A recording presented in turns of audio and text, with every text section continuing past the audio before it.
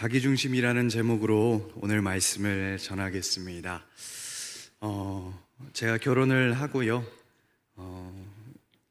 결혼을 하고 보니까 참 내가 그렇게 좋은 남자가 아니구나 하는 것도 느꼈지만 아빠가 되어 보니까요.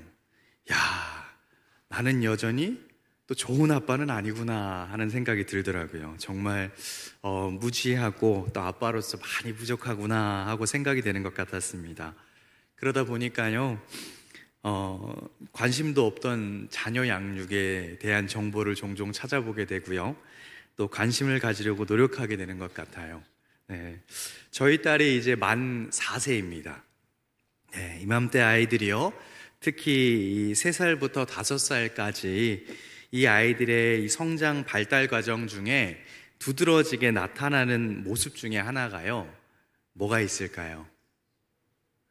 미운 4살, 어떻게 해치고 싶은 7살 이런 의미도 있겠지만 이 당시에 아이들이요, 자아 중심성이 특별하게 발달된다고 하더라고요. 이 세상이 자기 중심으로 돌아가는 거래요. 그러다 보니까 이 상대방에 대한 배려가 적다고 합니다. 내 이기적인 내 중심, 내 생각, 내가 갖고 싶은 것에 더 집중하게 된다고 하더라고요. 예를 들면 또 이런 게 있어요.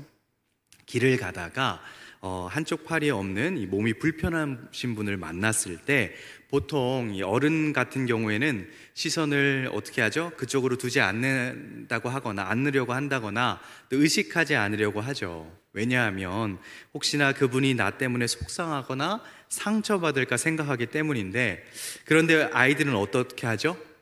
옆에 있는 엄마를 보면서 상대방이 들리건 말건 신경을 쓰지 않고 그냥 말합니다. 엄마, 저 아저씨 왜 팔이 없어? 엄마 봐도 돼? 이렇게 얘기를 해요.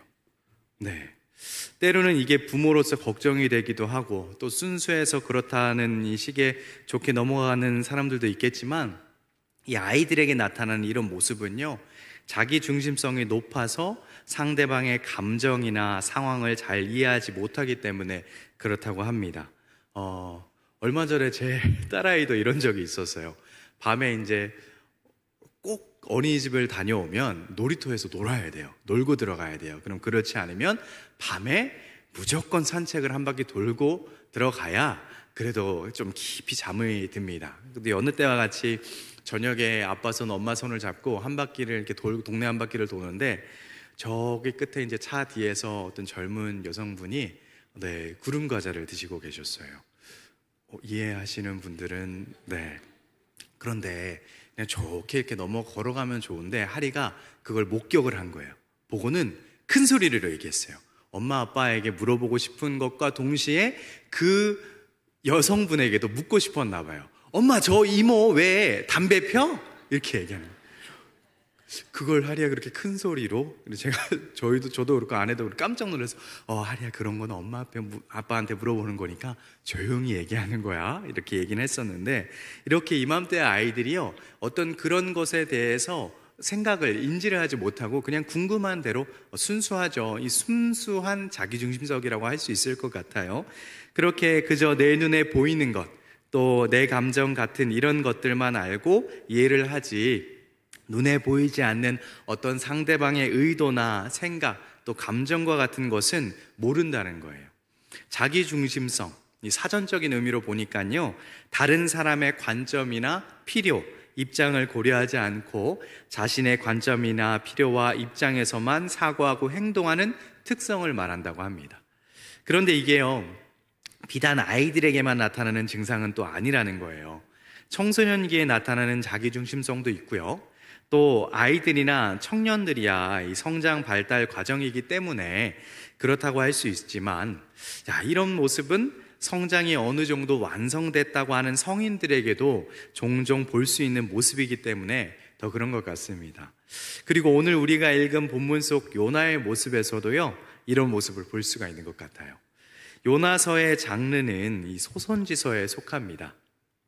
아마도 소선지서 중에서 가장 많이 알려진 내용이 이 요나서이기도 할 것 같아요. 요나서 하면 가장 먼저 떠오르는 게 뭐가 있습니까? 뭐가 있죠? 큰 물고기. 맞아요. 아마도 큰 물고기일 것 같습니다. 특히 요나서의 이야기식의 내용을 보면 참 읽기도 쉽고요. 또 교회학교 설교 본문으로도 많이 전달되기도 했기 때문에 여러 가지 의미에서 또 많이 알고 있는 본문이기도 한 것 같아요. 특별히요, 오늘 우리가 이 요나서의 특징을 좀 살펴볼 필요가 있습니다. 성경에서는 이 대선지서와 소선지서가 나뉘어져 있어요. 기본적으로 내용의 이 양에 따라서 분류가 된다고 합니다. 그런데요, 대부분의 이 선지서들은요, 선지자들이 하나님께서 받아서 선포한 그 말씀이 당시 이스라엘 사람들과 오늘 우리에게 교훈을 가져다 주는데, 요나서는요, 특이하게도 하나님께 받은 메시지가 이스라엘에게 전달되는 내용은 없습니다. 3장에 나오는 니느웨가 40일이 지나면 무너질 거라는 내용 그 외에는 특별한 메시지가 없어요.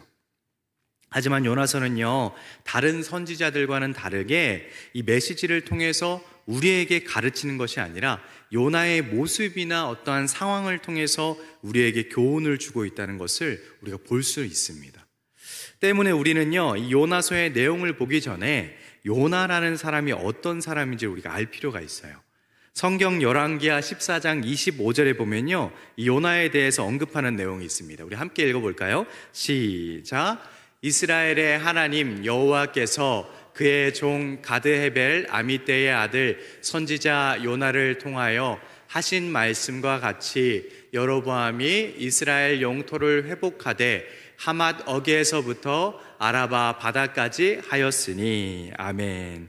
자, 요나는요, 여로보암 2세 당시에 북이스라엘에서 활동했던 선지자였습니다.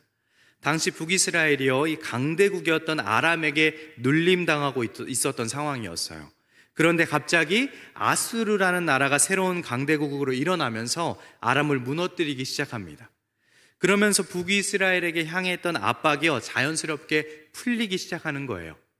또 거기다가 아수르 이 자체적으로도 내분이 일어나면서 그 문제를 해결하느라 아수르가 다른 나라를 돌아볼 여력이 없을 정도가 되는데, 이 사이에 북이스라엘이 거의 회복을 이루게 됩니다. 그리고 북이스라엘이 가장 강성하게 되었던 때의 왕이 바로 이 여로보암 2세였고요. 이 시기에 요나가 선지자로 부름을 받은 겁니다. 그럼 뭐예요? 북이스라엘의 해방과 평안, 성공과 번영을 선포하기 위해 부름을 받았다고 예상을 해볼 수가 있겠죠. 이런 좋은 소식을 전하는 요나는요, 당시 백성들에게 어떤 이미지였을까요? 좋은 소식과 좋은 말씀을 전하는 좋은 선지자 아니었을까요? 나라와 백성들에게 추앙을 받는 선지자가 될 수 있었을 거예요. 요나도 아마 엄청 행복했을 겁니다. 그런 요나에게 하나님께서는 이번에도 선지자로 하나님의 말씀을 선포하게 하시기 위해서 보내셨는데, 그곳이 어딜까요? 우리가 오늘 본문 말씀대로 이건 웬걸요? 이스라엘의 적대국 아수르의 중심 도시였던 니느웨라는 곳입니다. 이게 뭡니까?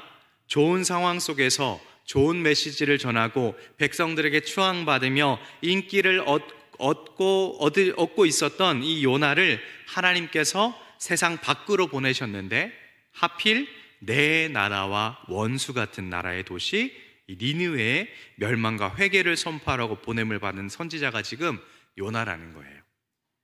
그렇다면 이런 배경 속에서 이 요나의 모습을 통해 하나님께서는 오늘 우리에게 무엇을 말씀하시길 원하실까요? 우리가 본문 1절과 2절 말씀을요, 한 번 더 다 함께 읽어볼까요? 1절과 2절입니다. 시작. 성경을 볼게요. 시작. 여호와의 말씀이 아미떼의 아들 요나에게 임하니라. 이르시되 너는 일어나 저 큰 성읍 니느웨로 가서 그것을 향하여 외치라. 그 악독이 내 앞에 상달되었음이니라 하시니라. 아멘.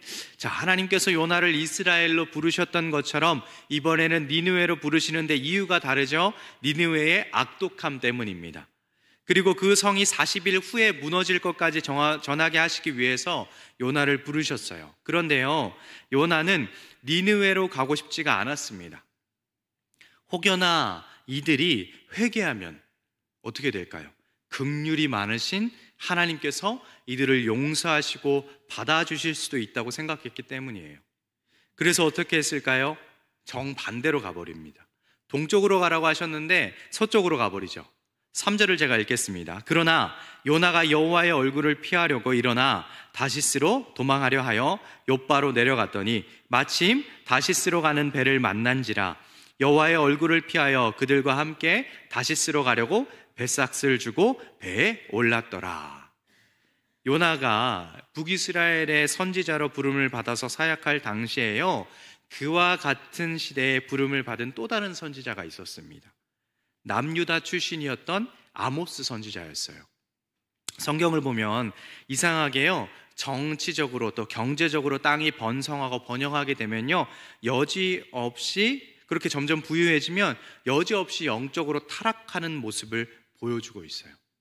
마찬가지로 지금 여로보암 2세가 통치한 북이스라엘도요, 외적으로 보면 가장 강성했던 시대였지만 영적으로는 타락했던, 그 타락으로 달리고 있던 시대였어요. 정의와 공의가 사라진 시대였다고 말하고 있는데, 그런 시대에 북이스라엘의 번영을 선포했을 요나와는 다르게 아모스는 이스라엘의 영적 타락을 지적하면서 동시에 하나님의 심판을 선포하니까 어떻게 될까요? 북이스라엘의 사람들이 좋아할 리가 없죠. 결국엔 아모스 선지자는 추방당합니다. 그런 배경과 상황을 요나도 아마 알고 있지 않았을까요? 그런데 그런 상황 속에서 그를 어디로 보내셨다고요? 북이스라엘의 번영과 평안을 위협할 수도 있는 아수르로 보내셨다는 거예요. 아수르로 가서 그들의 회개를 위해서 사역하라고 말씀하시니까 싫었던 겁니다.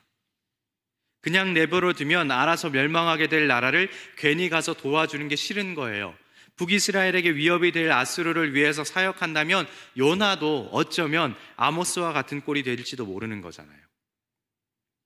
지금 하나님의 말씀대로 한다면 요나에게 유익할 게 하나도 없다는 거예요. 여러분들, 여기서 요나의 자기중심성이 드러나는 겁니다. 나의 유익, 또 나의 이익과 내 중심에 따라 움직이는 요나의 모습이 여지없이 드러나는 거예요. 그는요, 하나님의 말씀대로 하고 싶지 않았어요. 그래서 니느웨가 아닌 다시스로 가는 배를 올라탄 겁니다. 요나의 모습을 계속 한번 볼까요? 4절과 5절 말씀입니다.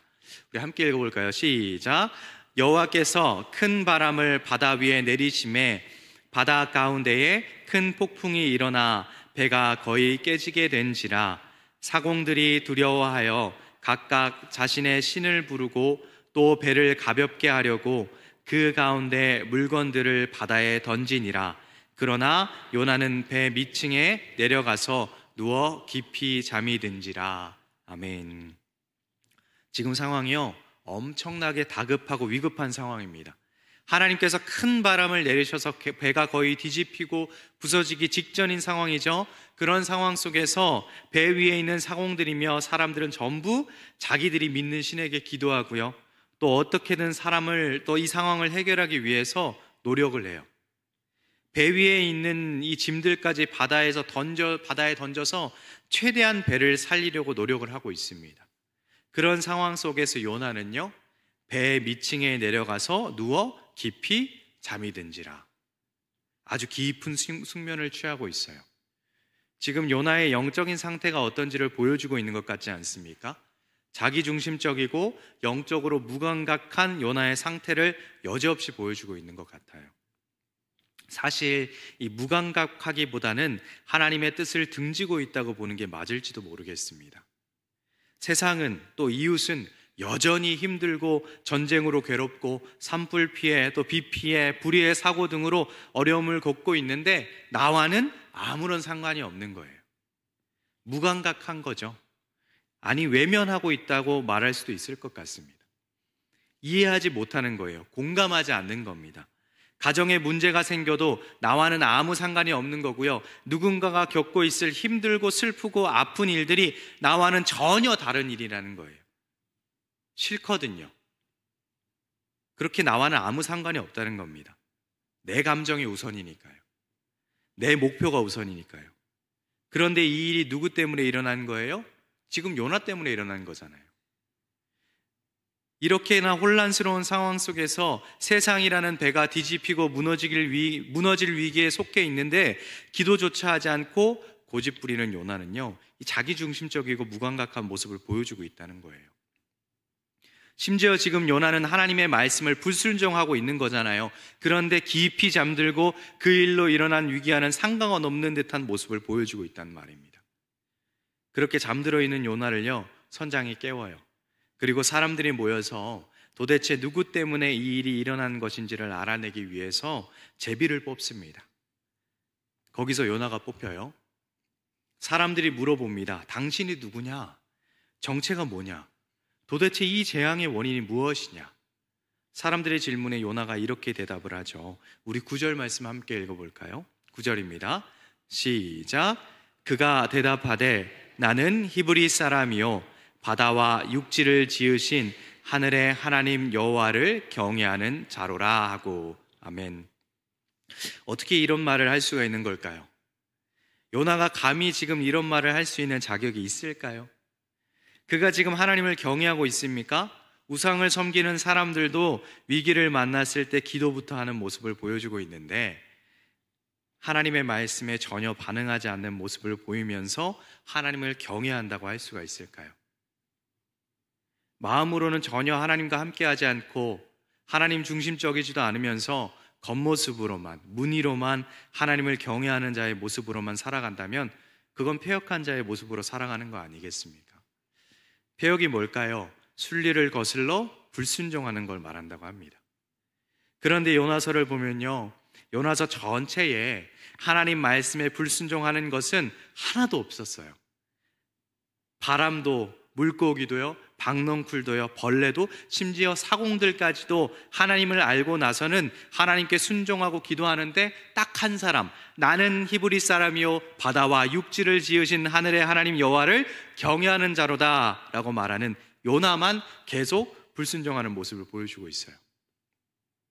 오늘 말씀이요, 니느웨라는 세상으로 보냄을 받은 요나의 모습을 통해서 오늘날 세상으로 보냄을 받은 우리의 모습을 마치 자화성처럼 돌아보아야 한다는 것을 알려주고 있는 것 아닐까요? 저와 여러분들은 어떻습니까? 혹시나 나의 신앙도 자기중심적 성향으로 가득 차 있지는 않을까요? 내 이익을 위해서, 내 유익을 위해서 움직이고 일하고 노력하고 또 기도하고 있지는 않은지, 또 말씀을 보면서 내가 추구하는 것과 맞지 않는다면 불순종하며 살아가고 있지는 않은지, 또 외면하고 살고 있지는 않은지, 또 내 뜻대로 되지 않는다고 하나님을 원망하고 돌아서려고 하고 있지는 않은지, 내 탓이 아니라 누군가를 탓하며 내 중심적으로 해석하고 바라보려고 하지 않은지, 오늘 말씀은요, 우리에게 그걸 지적하고 있는 것 같습니다. 연하의 경우에는요, 선원들이 하나님을 인식하는 것보다 더 못한 수준이었습니다. 사실 우리가 세상 사람들보다 하나님을 아는 지식에 있어서 얼마나 더 많은 것을 알고 있습니까? 그런데도 불구하고 오늘을 살아가는 나의 모습은 이 요나와 얼마나 다른지를 돌아보자는 겁니다. 하나님을 알고 또 하나님을 경배한다고 하면서, 하나님을 경외한다고 하면서 내가 결정하고 행동하는 것이 과연 자기중심적인 것인지 아니면 하나님 중심적인 것인지를 우리는 점검해 볼 필요가 있다는 거예요. 여러분들 간절히 바라기는요, 저와 우리의 모든 선택은 오직 하나님 중심이 되기를 간절히 소망합니다. 요나는요, 이 문제를 해결하기 위해서 선원들에게 자기를 바다에 던지란 말을 해요. 12절을 우리 함께 읽어볼까요? 시작. 그가 대답하되 나를 들어 바다에 던지라. 그리하면 바다가 너희를 위하여 잔잔하리라. 너희가 이 큰 폭풍을 만난 것이 나 때문인 줄을 내가 아노라 하니라. 아멘. 이게요, 요나가 회개와 반성의 의미로 한 말인지는 알 수 없지만 이 문제를 책임지고 해결하려는 그의 모습은 볼 수가 있습니다. 그리고 다급한 상황 속에서 사람들이 당장이라도 요나를 잡아서 바다에 집어 던질 법도 한데 선원들은요, 어떻게든 요나를 던지지 않고 살려보려고 노를 저어요. 배를 육지로 돌려보려고 노력하는 모습을 보여줍니다. 하지만 길을 써도 안 되죠. 하나님께서 하신 일이기 때문에 그렇습니다. 요나는 그걸 알고 있었어요. 그래서 나를 던져라. 그래야 너희들이 산다라고 말하고 있는 거예요. 내가 죽어야 너희들이 산다라고 말하고 있는 겁니다. 결국 선원들은 요나의 말대로 해요. 15절에 이렇게 나와 있습니다. 요나를 들어 바다에 던짐에 바다가 뛰노는 것이 곧 그친지라. 그리고 요나가 어떻게 되죠? 여호와께서 이미 큰 물고기를 예비하사 요나를 삼키게 하셨으므로 요나가 밤낮 3일을 물고기 뱃속에 있으니라. 하나님께서 요나를 위해서 큰 물고기를 예비하셨습니다. 그리고 그 후에 어떻게 됐을까요? 2장 10절에 보면 이렇게 나와 있어요. 여호와께서 그 물고기에게 말씀하심에 요나를 육지에 토하니라. 여러분들, 이 과정이요, 무엇과 비슷하지 않습니까? 바다에 던져지고 물고기 뱃속에 3일이 지나고 그 후에 다시 육지로 올려진 그의 모습을요, 예수님께서 당시 죽으실 것과 다시 사실 것에 대한 예표로 사용하셨어요. 그게 신약 마태복음 12장 39절에서 41절을 보면 이렇게 나와 있는데 제가 읽겠습니다. 예수께서 대답하여 이르시되 악하고 음란한 세대가 표적을 구하나 선지자 요나의 표적밖에는 보일 표적이 없느니라. 요나가 밤낮 사흘 동안 큰 물고기 뱃속에 있었던 것 같이 인자도 밤낮 사흘 동안 땅속에 있으리라. 심판 때에 니느웨 사람이 일어나 이 세대 사람을 정죄하리니 이는 그들이 요나의 전도를 듣고 회개하였음이거니와 요나보다 더 큰 이가 여기에 있으며. 아멘. 예수님께서요, 무슨 이야기를 하신 거냐 하면 니느웨가 어떻게 구원받았는지를 보라는 거예요. 사흘 동안 물고기 뱃속에 있다가 다시 육지로 올라온 요나의 말을 믿고 니느웨가 회개했기 때문에 그들이 구원을 얻었던 것처럼 오직 구원은 죽었다 3일 만에 다시 살아난 나를 믿고 회개하면 얻을 수 있는 것이다 라는 것을 예수님께서 말씀하시는 겁니다. 너희가 무엇을 통해 구원을 얻었는지를 기억하라는 거예요. 여러분들, 요나와 같은 선지자도 없었을 겁니다.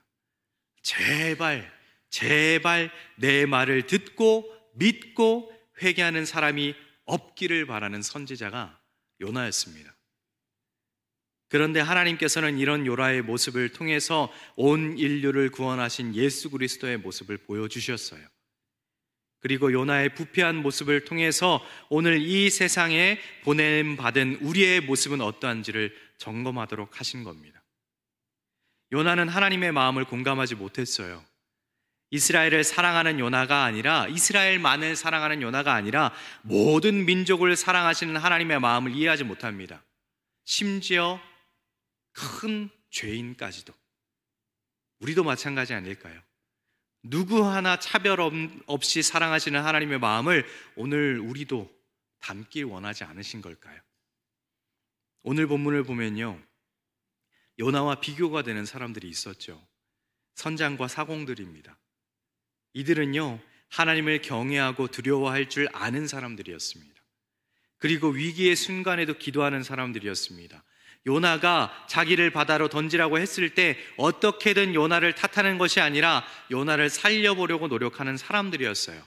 생명을 사랑하고 하나님의 존재를 깨닫고서는 여호와를 두려워할 줄 알고 하나님을 경외하며 기도하는 그런 이들은 다름 아닌 이방인들, 세상 사람들이었습니다. 늦게나마 하나님을 깨달은 사람들이었습니다. 그런 이들의 모습을 통해서 오늘 우리를 돌아보라고 말씀하시는 것 같아요.